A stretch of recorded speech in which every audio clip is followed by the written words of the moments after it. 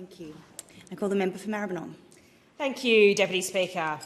Following the horrific terrorist attack in Bondi, the Prime Minister observed that we take pride in the fact our country is enriched by both the world's oldest continuous culture and people of every background and tradition who have enriched our nation and their hard work and their aspiration.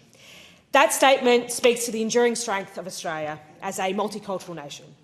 But pride in our diversity must be matched by the systems that ensure inclusion in practice, not just in principle. This legislation gives effect to that responsibility. It affirms the linguistic background does not diminish a person's belonging, that their contribution or their place in Australian society. By providing clear statutory support for translating and interpreting services, the bill ensures multicultural communities can access government, essential services and civic life in an equitable basis, reinforcing social cohesion and enabling continued contribution to our nation's prosperity and unity. Deputy Speaker, this bill goes to the heart of who we are as a nation. It's about fairness. It's about dignity. Australia is one of the most successful multicultural nations on the planet, and that success has never been accidental. It is the result of deliberate choices made generation after generation to ensure people are not locked out of opportunity simply because English is not their first language. This bill provides a clear and enduring statutory framework for the essential services delivered by TIS National, services that have quietly but profoundly supported Australians for more than 75 years. While the legislation is technical in parts, its purpose is deeply human. It is about ensuring a grandmother can understand her doctor, that a new arrival can speak to Centrelink without fear or confusion, that a parent can engage with their child's school, and that someone calling 000 in a moment of crisis can be understood and helped without delay. Deputy Speaker, this bill sends a clear and unequivocal message. Language support is not discretionary. It is fundamental to safety, participation, fairness and equality. Australia first began providing, as we heard from our previous speaker, translating services in 1947 and interpreting services in the 50s in response to the arrival of post-war migrants, rebuilding their lives in our new country. And I'm proud to represent an electorate that is home to many Italian and Greek Australians who made those journeys after the war and who went on to contribute so deeply to the social, cultural and economic fabric of our nation. In 1973, under the Whitlam Labor government, Australia became the first country in the world to offer a national telephone interpreting service. That decision recognised something profoundly important, that while English is the predominant language in Australia, it has never been the only language spoken in Australian homes. Since that time, translating and interpreting services have continued to grow and evolve, adapting to new technologies, new communities and new forms of service delivery, while remaining a cornerstone of Australia's multicultural settlement framework. This bill strengthens that proud legacy, but it also firmly looks to the future. It ensures that the services provided by TIS National are not merely preserved, but strengthened, supported by clear legislative authority, modern governance arrangements and a mandate that reflects the realities of modern Australia and the needs of an increasingly diverse community. At its core, this legislation establishes a statutory framework for translating and interpreting services provided by TIS National within the Department of Home Affairs.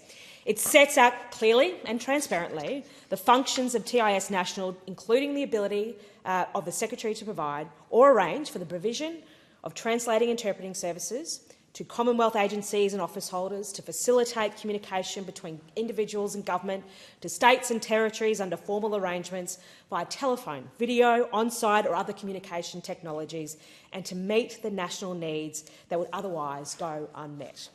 The bill also recognises the broader role TIS National plays, not just delivering services, but building capability across the sector, by supporting training and developing interpreters and translators, particularly in new and emerging community languages and specialist settings like health and law. In doing so, the legislation gives statutory backing to what communities already knew to be true. These services are essential infrastructure in a modern multicultural nation. Deputy Speaker, the community I represent in Melbourne's northwest is one that truly highlights Australia's migration story throughout the generations. In suburbs like Avondale Heights, Keilor East and Niddrie, many older post-war Italian and Greek Australians still speak English as a second language. These are the people who helped build our country, who worked in factories, on construction sites and in small businesses, who raised families and strengthened our communities. Yet even after decades in Australia, navigating complex systems like healthcare, aged care, housing, legal services can be daunting without language support. For them, TIS National is a lifeline. It is the difference between understanding a diagnosis or leaving confused and anxious, between asserting their rights or quietly stepping back. The same is true for newer Australians in Flemington, Kensington and Moonee Ponds, communities from Somalia, Ethiopia, Vietnam, China and beyond. These are families who are rebuilding their lives after conflict and hardship. Young people balancing school, work and family responsibilities. Parents engaging with schools, early childhood centres and medical services for the first time. For these communities, access to interpreting services builds confidence, it builds trust and it builds connection, not just to government but to the broader Australian community. Deputy Speaker, our Prime Minister, our government is steadfastly focused on social cohesion and unity, strengthened through statements and values. But we know cohesion is not built on rhetoric alone, it is built through action, through trust and through everyday interactions between people and the institutions that serve them. For multicultural communities, language access is the foundation of that trust. When people can communicate clearly with government agencies, with health services, with schools and courts and emergency responders, they feel included, they feel respected, and they feel that the system is working for them, not against them. Without language support, people can feel isolated, even while living in the middle of a vibrant community. They may avoid seeking help, misunderstand critical information, or disengage altogether, not because they don't want to participate, but because the barriers feel insurmountable. That disengagement does not just affect individuals, it affects families, it affects communities, and ultimately it affects social cohesion itself. Services like those provided by the TIS National are therefore not just transactional, they are relational. They are about building a sense of belonging, about ensuring people feel safe to ask questions, to seek help, and to engage with institutions in moments that matter most. This is particularly important in moments of vulnerability, when someone is receiving medical care, when they are dealing with the justice system, when they are navigating aged care, housing or family services, or when they are calling help in an emergency. In these moments, clear communication is not luxury, it is essential to dignity, fairness and safety. Deputy Speaker, social cohesion depends on people believing that our institutions are accessible and fair, regardless of background, accent or language spoken at home. By embedding, translating and interpreting services in legislation, this bill strengthens that belief. It sends a powerful message that participation in Australian society is not conditional on perfect English, but on shared commitment to one another and the values of fairness and inclusion. Deputy Speaker, this legislation gives effect to our government's multicultural access and equity policy. It affirms that access to government programs and services should not depend on cultural or linguistic background. It reflects the Albanese Labor government's commitment to a united, cohesive and multicultural Australia, one where diversity is not merely tolerated but valued and supported. And it recognises that language support underpins participation across every domain of life, from healthcare and education to employment, housing and civic engagement.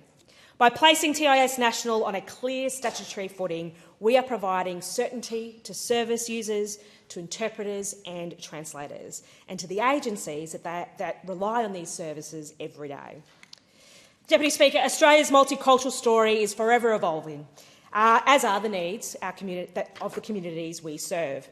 Every generation of migration brings new languages, new settlement patterns and new cultural practices, from post-war European migration to Southeast Asian communities to more recent arrivals from Africa, the Middle East and beyond.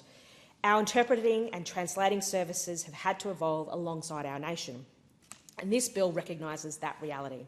By placing TIS National on a clear statutory footing, the legislation ensures that these services are not only protected but positioned to grow, to adapt and to modernise in step with Australia's changing demographic and technological landscape. Being future-ready means investing in workforce capability, supporting the training and development of interpreters and translators, particularly, as I said, in new and emerging community languages.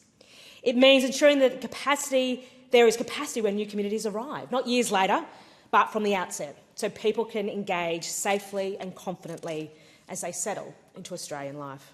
It also means embracing modern service delivery. Telephone interpreting remains a cornerstone, especially for emergency and urgent services that operate 24 hours a day. But video interpreting, on-site services and remote technologies are increasingly critical, particularly for regional access, complex appointments and situations where visual communication matters.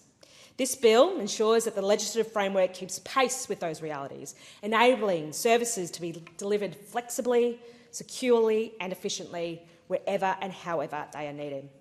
Deputy Speaker, future-ready services are not just about technology, they are also about resilience. They ensure that during times of crisis, whether public health emergencies, natural disasters or sudden surges in humanitarian arrivals, Australia has the language infrastructure needed to respond quickly, clearly and compassionately. They ensure that language services are not an afterthought, but a core part of national preparedness. And they ensure that Australia continues to grow and diversify our systems so they grow with us, rather than leaving communities to catch up on their own. Deputy Speaker, this bill is concerned with the practical operation of fairness in our multicultural country. It recognises that meaningful participation in Australian society depends on the ability to communicate with government, essential services, and that linguistic background must not be a barrier to safety, access or inclusion. This legislation acknowledges and repeats the enduring contribution of multicultural communities to Australia's social, cultural and economic life, and affirms that those contributions are not diminished by the language spoken at home. In electorates such as Maribyrnong, this reality is evident across generations, as I said, from post-war migrants who helped build modern Australia and those newer from Africa and Asia who continue that legacy today. For these communities, these services supported by this bill are essential. It is about building public confidence in accessibility and fairness of government systems. It supports social cohesion by ensuring that individuals can engage in institutions in a safe, informed and equitable manner. This bill also positions these services to remain responsive, as I said, to future needs, recognising the evolving linguistic diversity of Australia and the importance of maintaining capacity, professionalism and reliability in service delivery. For these reasons, and because in a cohesive and inclusive society depends on systems that work effectively for all Australians, I commend the bill to the House.